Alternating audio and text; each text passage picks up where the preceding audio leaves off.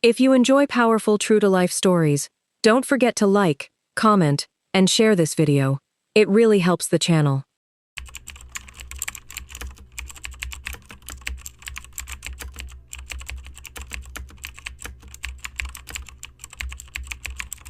"20-year-old Nora Ellis had exactly $17 left when she stood on the weathered dock in the small harbor town of Port Mercer.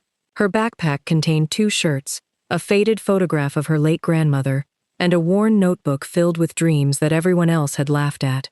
Behind her was a life she couldn't return to. Ahead of her floated something that looked more like scrap metal than shelter. "You're really serious?" the old harbor manager asked, shaking his head. "That thing hasn't moved in nearly 15 years. Nora looked at the rusted houseboat rocking gently against the dock. Its windows were cracked. Moss clung to the faded blue paint. Part of the roof sagged inward, and every gust of wind made it groan as if it were exhausted from simply existing. A crooked cardboard sign hung from the railing. 15 Hines, as is. Nora stared at it for a long moment, before quietly reaching into her pocket. $15. That was almost everything she owned. People walking by slowed down just long enough to smirk before continuing on their way. One fisherman chuckled loudly enough for everyone nearby to hear. "That girl's buying herself a floating coffin." More laughter followed. Nora pretended not to hear it. The harbor manager sighed before unlocking an old metal box and handing her a rusted key attached to a faded wooden tag. "It's yours now," he said. "I hope you find whatever you're looking for." Nora forced a small smile, though even she wasn't sure what she was looking for anymore. 3 months earlier, her entire life had collapsed. Her mother had died years before. Her father had disappeared long before that. She had spent her teenage years caring for her grandmother, until illness claimed the only person who had ever truly believed in her. Medical bills swallowed the tiny inheritance they had saved together. The apartment was sold. Her job at a neighborhood bakery disappeared when the owner retired unexpectedly. Friends slowly stopped answering messages once she could no longer afford to go out with them.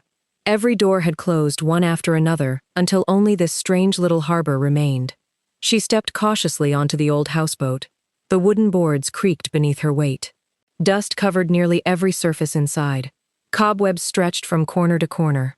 A broken lantern hung from the ceiling. The air smelled of damp wood, salt water, and forgotten years. It was ugly. It was falling apart. Yet for the first time in weeks, something felt strangely peaceful. "At least nobody can evict me from this," she whispered with a tired laugh. She spent the rest of the afternoon opening windows, sweeping decades of dirt onto the deck, and tossing rotten furniture over the side for later disposal. Every small improvement made the place feel slightly less abandoned. As evening settled over the harbor, golden sunlight slipped through the cracked windows, making the floating wreck seem almost beautiful for a few fleeting moments. Nora found an old kettle tucked beneath a cabinet and managed to boil enough water for instant noodles using a portable camping stove she'd carried in her backpack. It wasn't much, but it was dinner. Sitting on the deck, she watched seabirds glide across the orange sky, while waves gently bumped against the hull. For the first time in months, nobody was yelling at her. Nobody expected anything from her. She simply listened to the water. The peace lasted less than 5 minutes. A loud knock echoed against the side of the boat. Nora turned to see a teenage boy standing on the dock with a toolbox in one hand. "You're the new owner?" he asked. "I guess so. Name's Eli. My grandfather owns the repair shop over there. He said to tell you this boat leaks every time it rains." Nora blinked. "That's comforting." Eli laughed. "Also, people say it's haunted." Nora raised an eyebrow. "Haunted? Depends who you ask. Some claim they hear footsteps below deck at night. Others say lights appear inside even when nobody's been aboard." He shrugged. "Personally, I think old boats just make weird noises." Before leaving, Eli handed her a small flashlight. "You'll need this. Power doesn't work half the time." After he disappeared into the gathering darkness, Nora climbed down the narrow staircase leading below deck for the first time. The beam from the flashlight danced across rusted pipes, broken shelves, and stacked wooden crates swollen from years of moisture. The floor felt uneven beneath her feet. Then she noticed something strange. Every surface was coated in thick dust, except for one narrow trail leading toward the far wall. Someone, or something, had walked through here recently. Nora's heartbeat quickened. She slowly followed the footprints until the light revealed a heavy steel hatch hidden beneath an old fishing net. It was unlike anything else on the boat. Newer, stronger, and locked from the inside. Just as she reached toward it, a sharp metallic thud came from beneath the hatch. Nora froze. Then came another. Someone, or something, was down there. Nora's fingers stopped just inches from the steel hatch. The sound came again. Clang, then silence. Her heart pounded so loudly she could barely hear the water outside. She tightened her grip on the flashlight and slowly knelt beside the hatch. "Hello?" she called, her voice barely above a whisper. No answer. She swallowed hard and tried again. Is someone down there?" For several seconds, nothing happened. Then a faint scraping sound echoed beneath the metal. It wasn't loud. It was careful, almost cautious, as if whoever, or whatever, was below had heard her too. Nora immediately backed away. Every frightening story she'd ever heard rushed through her mind at once. She climbed the stairs so quickly she nearly dropped the flashlight. Once on the deck, she locked the cabin door, even though she knew it wouldn't stop anyone determined enough to get inside. She barely slept that night. Every creak of the boat sounded like footsteps. Every wave against the hull made her sit upright, staring toward the staircase leading below deck. Just before sunrise, exhaustion finally overcame fear. A loud knock woke her only a few hours later. Eli stood outside holding 2 cups of coffee and a paper bag. "You look terrible," he said. "Didn't sleep?" Nora hesitated before telling him everything. The footprints, the locked hatch, the strange noises. Eli's smile slowly disappeared. "You've actually seen the hatch?" he asked quietly. "You know about it?" "Kind of." He glanced around the harbor to make sure nobody else was listening. "My grandfather told me there was supposed to be a storage compartment under that boat. But according to him, nobody's been able to open it in years." "Why not?" Eli shrugged. "The previous owner disappeared before anyone could ask." Nora frowned. "Disappeared? That's the story. Old man named Arthur Bennett bought the houseboat decades ago, lived alone, kept to himself. Then one day he was just gone. People searched for him? Of course. Coast Guard, police, volunteers, nothing." Nora felt a chill despite the morning sun. And nobody ever opened the compartment afterward? Apparently they tried. The hatch wouldn't budge. Nora looked back toward the cabin. She hadn't imagined it.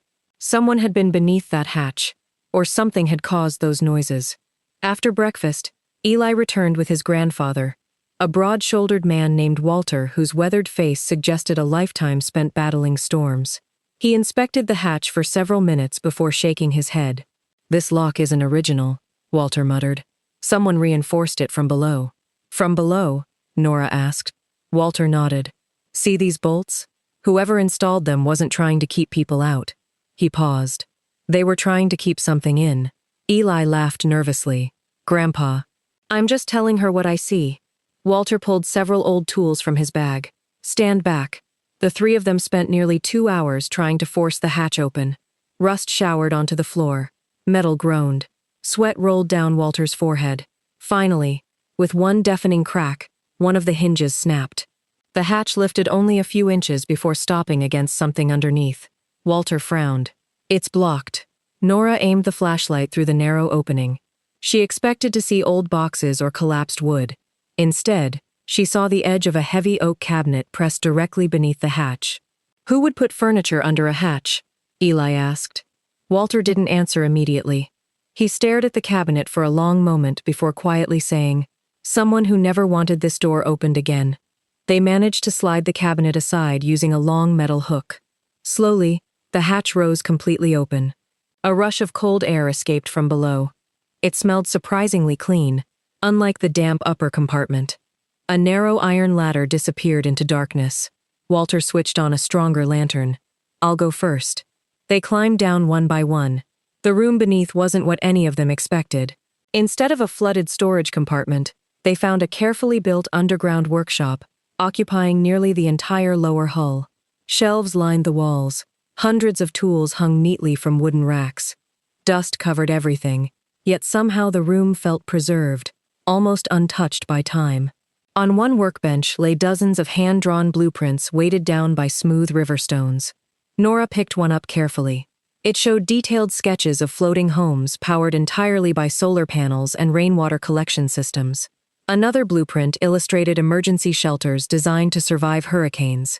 Another showed inexpensive floating gardens capable of feeding entire families. "These designs are incredible," she whispered. Walter adjusted his glasses as he examined them. Whoever drew these was years ahead of their time. Then Eli pointed toward the far corner. "What's that?" Hidden beneath a canvas sheet stood an enormous steel safe. Unlike everything else, it showed almost no rust. Someone had maintained it. Nora brushed away decades of dust from its door. Bolted to the front was a small brass plate, engraved with just 6 words, "For the person who believes again." Beneath the words sat an old-fashioned combination dial. There was no keyhole, no instructions, just a safe waiting for someone who somehow knew how to open it. Nora traced the engraved message with trembling fingers. "Who was Arthur Bennett really?" she whispered. None of them noticed that tucked inside one of the blueprints was a yellowed envelope. Across the front, written in fading blue ink, were words that made Walter suddenly lose all color in his face. It simply read, "If my granddaughter ever finds this place, tell her I never abandoned her." Walter stared at the envelope as though he had seen a ghost. His rough hands trembled before he finally reached for it. Nora noticed the sudden change in his expression. "You know something," she said quietly. Walter let out a long breath. "I was hoping I was wrong." He carefully unfolded the brittle paper. Inside was a handwritten letter, its ink faded but still legible. "To whoever finds this," it began. "If you're reading these words, then fate has carried you farther than I ever imagined. My name is Arthur Bennett. I know many believe I vanished without a trace, but the truth is more complicated." Walter paused, swallowing hard before continuing. 30 years ago, I worked with Arthur almost every day. He wasn't just a boat builder, he was an inventor. He dreamed of creating affordable floating homes for people who had nowhere else to go.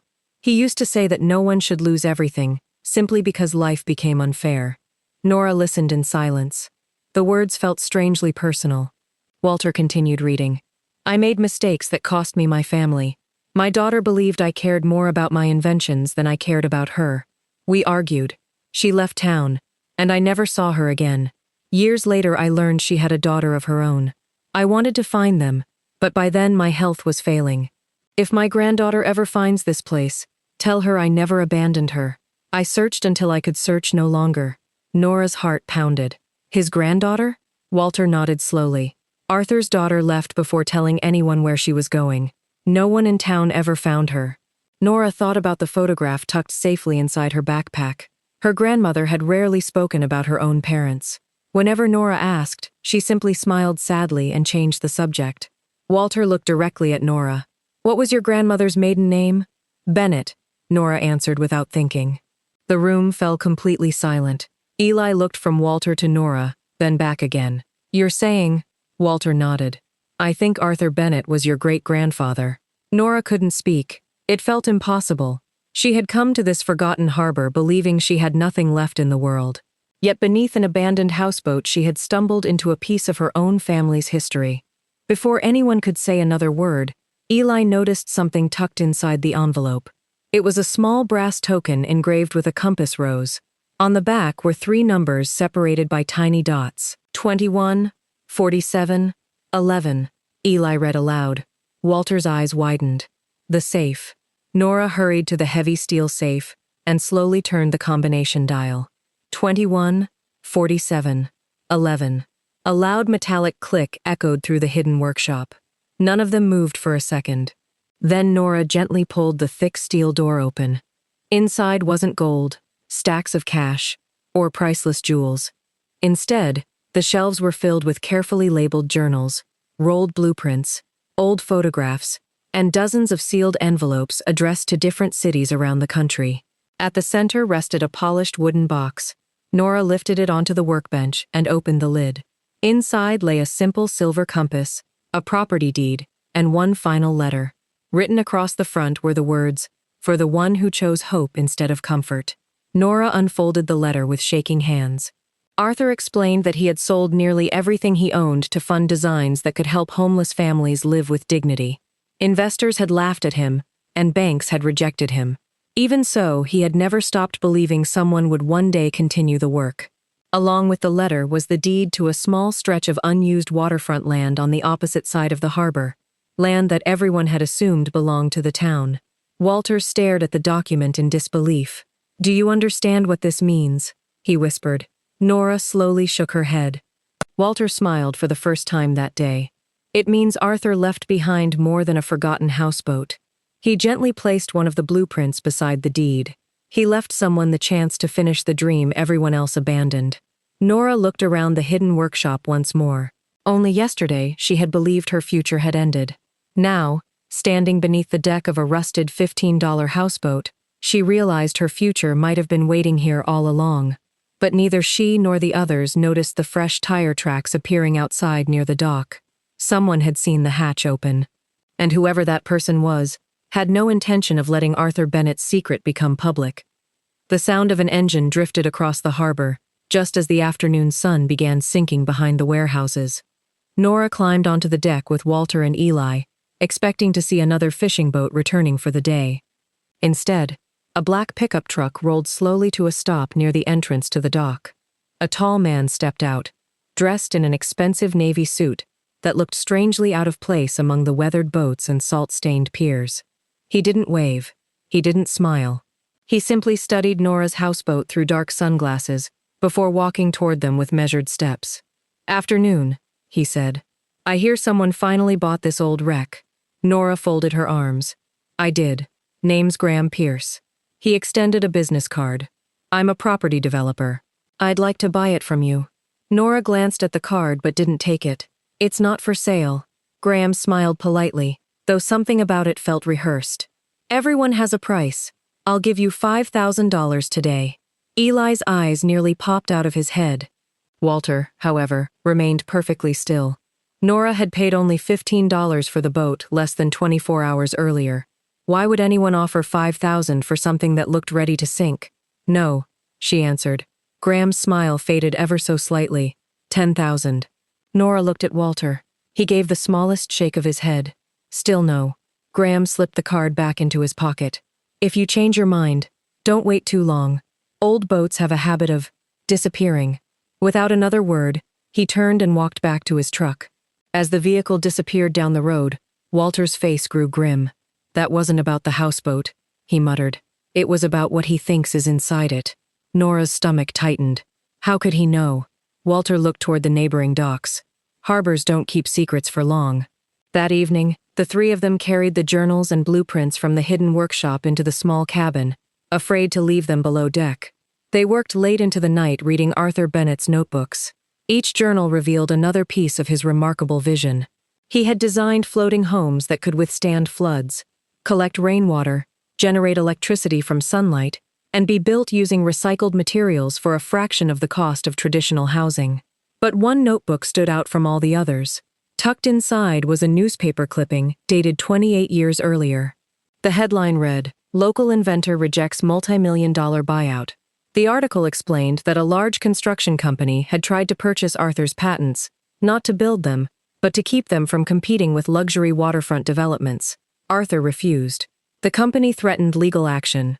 Weeks later, Arthur vanished. Walter lowered the newspaper slowly. "Pierce Developments," he whispered, pointing to the company mentioned in the article. Nora's eyes widened. "The man today?" Walter nodded. "Graham Pierce is the grandson of the man who tried to buy Arthur's life's work." Before anyone could respond, a loud splash echoed outside. Eli rushed to the window. "Someone's on the boat." 3 shadowy figures were climbing onto the deck. One carried a crowbar. Another held a flashlight, sweeping its beam across the cabin windows. Nora instinctively grabbed Arthur's journals. Walter quietly extinguished the lantern, plunging the cabin into darkness. The strangers forced open the front door and stepped inside. "Spread out," one of them whispered. "Find the plans." Nora held her breath as heavy footsteps moved only a few feet away. The floor creaked beneath their boots.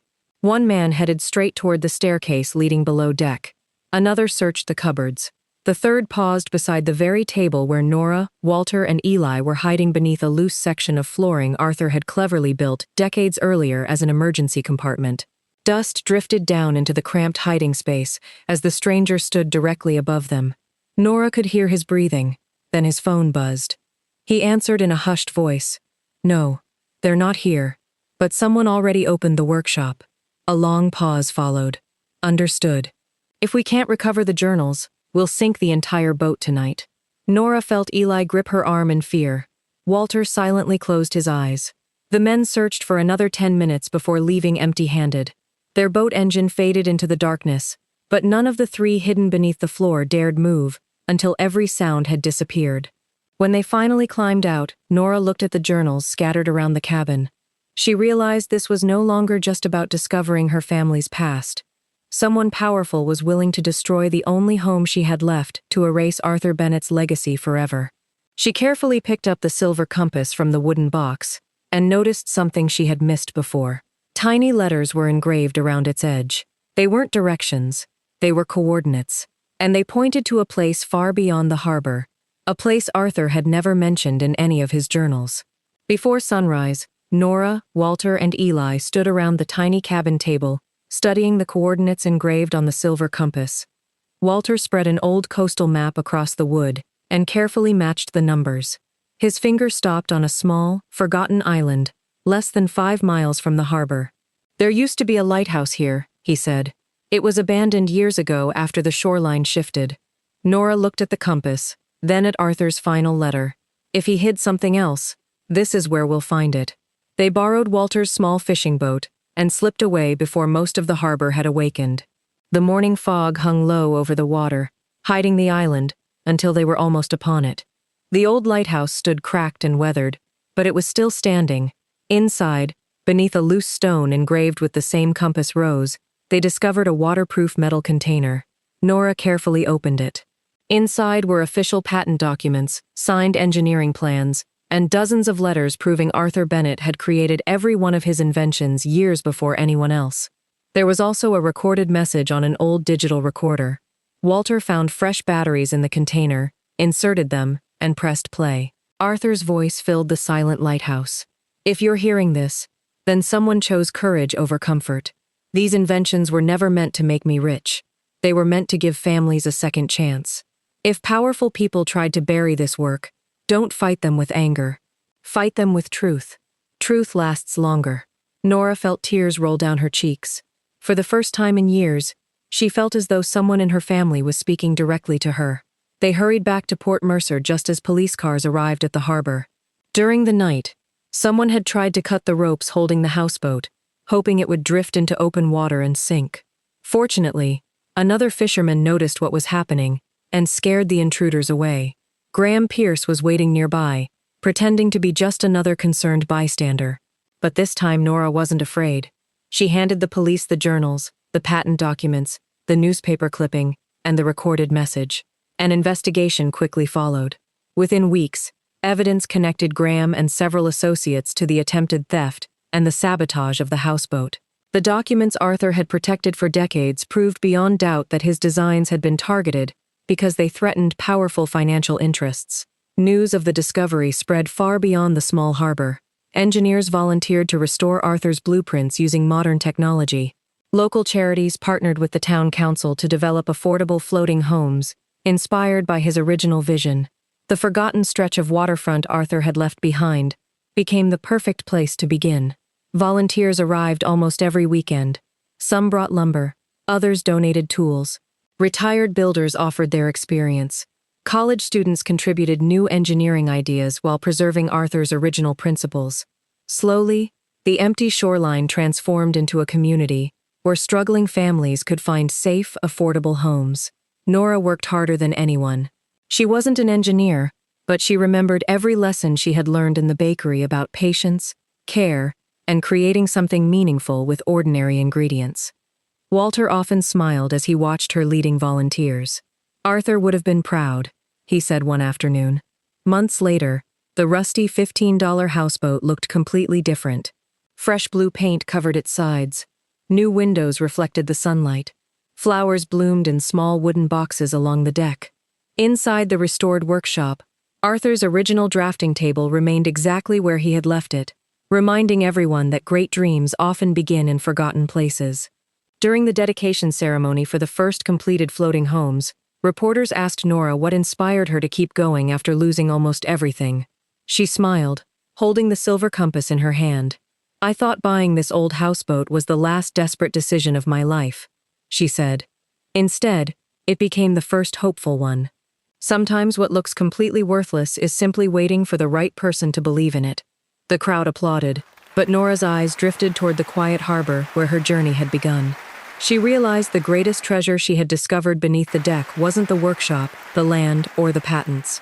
It was proof that hope can survive for generations, waiting for someone brave enough to uncover it. And every time the restored houseboat rocked gently against the dock, it reminded the town that a $15 gamble had changed countless lives forever. If you're rooting for people who refuse to give up, comment hope below. Stories like this remind us that the greatest discoveries are often hidden beneath life's hardest seasons. If you enjoyed this story, don't forget to like, subscribe, and watch another inspiring story on the channel. Because sometimes, the ending you never expected becomes the beginning you were always meant to find.